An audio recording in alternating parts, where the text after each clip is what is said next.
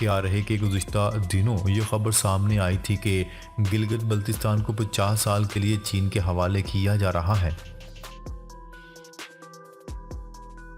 Inter bank میں dollar کی قدر میں معمولی اضافہ۔ انٹر بینک میں آج ڈالر کا بھاؤ 3 پیسے بڑھا ہے، جبکہ اوپن مارکیٹ میں ڈالر کا بھاؤ برقرار ہے۔ اسٹیٹ بینک آف پاکستان کی رپورٹ کے مطابق انٹر بینک تبادلہ میں ڈالر کا بھاؤ 283 روپے 90 پیسے پر بند ہوا۔ گیس مزید مہنگی ہونے کا امکان، صارفین کو بچت کی طرف جانا ہوگا۔ چیئرمین اوگرا مسرور خان نے گیس ٹیرف بڑھانے کے معاملے کی سماعت کی۔ سوئی نوردرن نے گیس نرخوں میں دوبارہ 131% اضافہ مانگ لیا۔ چیئرمین اوگرا نے کہا ہے کہ تمام اسٹیک ہولڈرز کا موقف سن لیا ہے۔ اگلی سماعت پشاور میں ہوگی، جس کے بعد سفارشات حکومت کو بھجوا دیں گے۔ ایشیائی ترقیاتی بینک نے پاکستان کے لیے 15 کروڑ 55 لاکھ ڈالر فائنانسنگ کی منظوری دے دی۔ تفصیلات کے مطابق ایشیائی ترقیاتی بینک کی جانب سے جاری اعلامیے کے مطابق رقم سے خواتین کے لیے اصلاحات کا پروگرام شروع ہوگا۔ خواتین کو مائکرو، اسمال اور میڈیم انٹرپرائزز کے لیے قرض تک رسائی بہتر ہوگی۔ اعلامیے کے مطابق فائنانسنگ کی رقم میں 10 کروڑ ڈالر پالیسی قرض ہے اور اس پروگرام میں 55 لاکھ ڈالر کی گرانٹ شامل ہے، جبکہ 5 کروڑ ڈالر قرض فراہم کرنے والے ادارے کو دیے جائیں گے۔ ناظرین، اب تک کے لیے اتنا ہی۔ مزید خبریں لے کر بہت جلد آپ کی خدمت میں حاضر ہوں گے۔ تب تک کے لیے اپنا خیال رکھیے گا۔ اللہ نگہبان۔